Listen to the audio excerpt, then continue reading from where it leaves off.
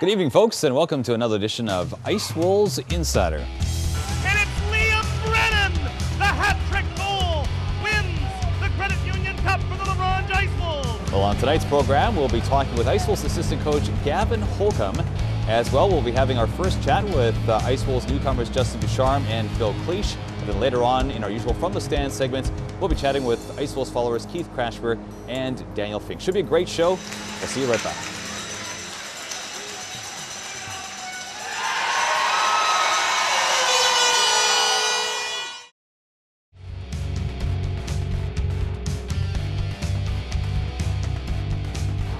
Welcome back to Ice Wolves Insider. At this time, we're going to be talking to Ice Wolves assistant coach Gavin Holcomb. Gavin, welcome to the program. Thanks for having me. All right. So I guess if you look back to the start of the year, and if someone told you that you were going to be 7 points in front of your competition for first place heading into the last week before Christmas, would you believe them? Well, I guess it's probably the same as before. I don't know if I would not believe them. Obviously, it's a great place that we're in and we want to maintain, but you know, we definitely had high hopes coming into the year. Okay, what do you think have been the main keys that really have separated you from, say, some of your conference rivals in terms of getting that first place position right now? Well, we're finding ways to win. Obviously, our top line has been producing a lot for us at some key times, and our power play's top in the league right now. So, you know, and slowly but surely we're getting everybody on the right page, and I guess everybody's kind of starting to figure out what kind of hockey we want to play and what's going to make us successful. Yeah.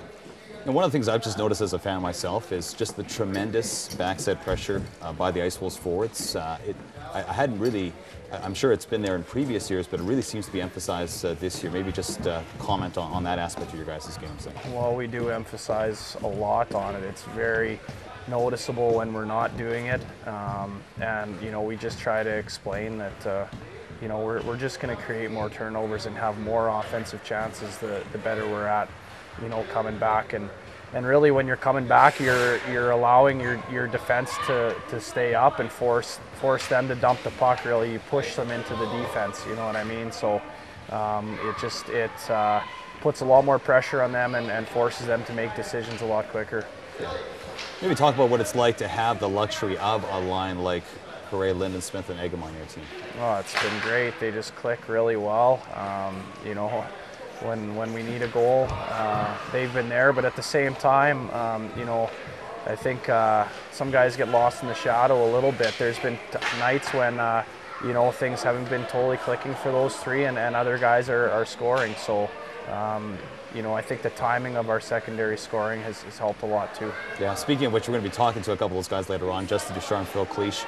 Obviously, they've hooked up with Logan Haroff, clicked amazingly well as well. Like, there's a lot of people who think that could be a first line on a lot of teams. What's it like to have a second line, for lack of a better way of putting it, of those three? Oh, we agree. You know, they could be a first line on another team. I think for especially Justin and Phil being new to the league, it's you know, it's still a learning process for them. They can make things happen. Sometimes, you know, we feel that they try and force it a little bit much at times, and you know, that's something that they're learning game by game to be a little bit more efficient with the puck. But at the same time, you don't want to take any creativity away from them. You don't want to turn them into you know, cookie cutter hockey players, caveman hockey players. You know, they're very creative, very skilled guys. So we want to make sure that they're, you know, still being allowed to be creative, but just teaching them, you know, how to read gap and just be a little more efficient at times. All right. Goaltending, obviously Adam Barco was a runner-up for goaltender of the month in November, but notice you guys have been using Miles Hovdebo more and more, and he seems to be gaining confidence. He's got a tremendous record and pretty good goals against and save percentage as well. Maybe talk about how you guys have tried to get him in there, get him some game action, and what you've seen from him. Well, early on, you know, we weren't getting him a lot of game action, you know, but he works extremely hard in practice, and we just feel, you know, it was obvious last year that you know, it helped a lot to have two guys that we could go to through the playoff run. You know, Bart's has been playing very well for us lately, but you know, it's good to get Miles in some games, and the thing that we like about Miles right now is we know that we're going to get intensity. We know that you know, he's going to work really hard when he's in the net, and You know, we even saw last night, he made a big save at the end of the game, and the guys are gaining confidence in him as well. All right. As far as the blue line core, before December 1st, you had a couple of additions there. Obviously brought size and some experience. Robert Montfort, Taylor Desire. Yeah. How have the early returns been so far, adding those two into the mix? They've been really good. You know, talking with some people, you know, down at the showcase and stuff, they were asking me how I like the D that we have, and you know, they're always going to be compared to last year, when last year's D core was a 1 in 10 or 15 year defense core. You know, we had quite the defensemen, but you know, we really like our D right now. As long as they're playing steady defensively and jumping into the rush when they get chances, but you know, we have a lot more skill up front this year than we did last year, and I think if we can just create turnovers and give our forwards the puck, you know, we're going to have a lot of success that way. All right. Well, it has been a couple of weeks since we last talked, but we're just going to focus maybe on the last week of action here. 3 home games, 2 against Estevan, I believe, and 1 against Weyburn. Obviously, first game against Estevan, kind of an emotional game for a lot of people with the return of Joel Daniluk. Ben Finley, how did you see that game? Obviously, an Ice Wolves win there, but how did you see that game? Well, it was a tight game. You know, Estevan's got a good team, probably one of the best teams in the league on paper, and when they're clicking, they're a dangerous team. You know, we were down 2-1 going into the third, and Shuey got a huge goal to tie it, and then Travis got that big one, you know, on the power play to go up 3-2 right away and just stuck with it. Daniluk was solid for the first 2 periods. You know, he was a bit of a threat there to steal the game for them, and then once we got that third goal, we just kept shooting, and the bounces kind of kept going our way. And then in the rematch, obviously things didn't go the way you wanted. A couple strange ones, also a couple of shorthanded goals against. Those had to be killer in that game. Yeah, those are definitely killer. Something we talked about after the game. I feel that that was just a game that you know, we lost. You're not going to win every game. You know, I didn't think we had a collapse. You know, I thought we played a good game. Unfortunately, like you said, those shorthanded goals, we talked after the game. You know, it's not very often you win a game giving up a shorthanded goal, let alone 2. You know, and then you know, we make it 3-2, and then turnover behind the net, they tie it, and then they scored with less than a minute left in the second period, which is you know, a definite no-no. You never want to give up a goal in the last minute of a period.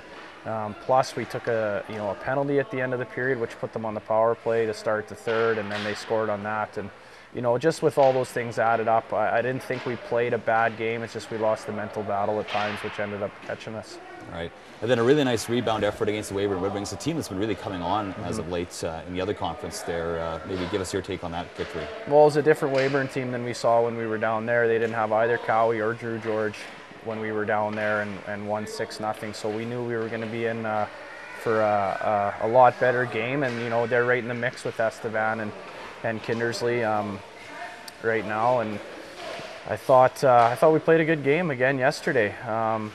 You know, we were just trying to stick to our own pace, you know, and that's what we're trying to do right now, have other teams try and play with us.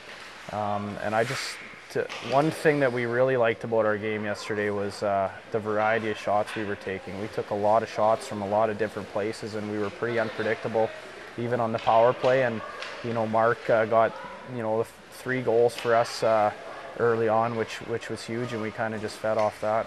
All right. Now, obviously, you still have 3 more league games here coming up. 1 against the Flin Flon Bombers. That's a team that, you know, ever since that really lopsided victory, they've been actually playing pretty good. Yeah. How key is that game, given the fact that they're still not too far behind you in the standings? No, they're not at all.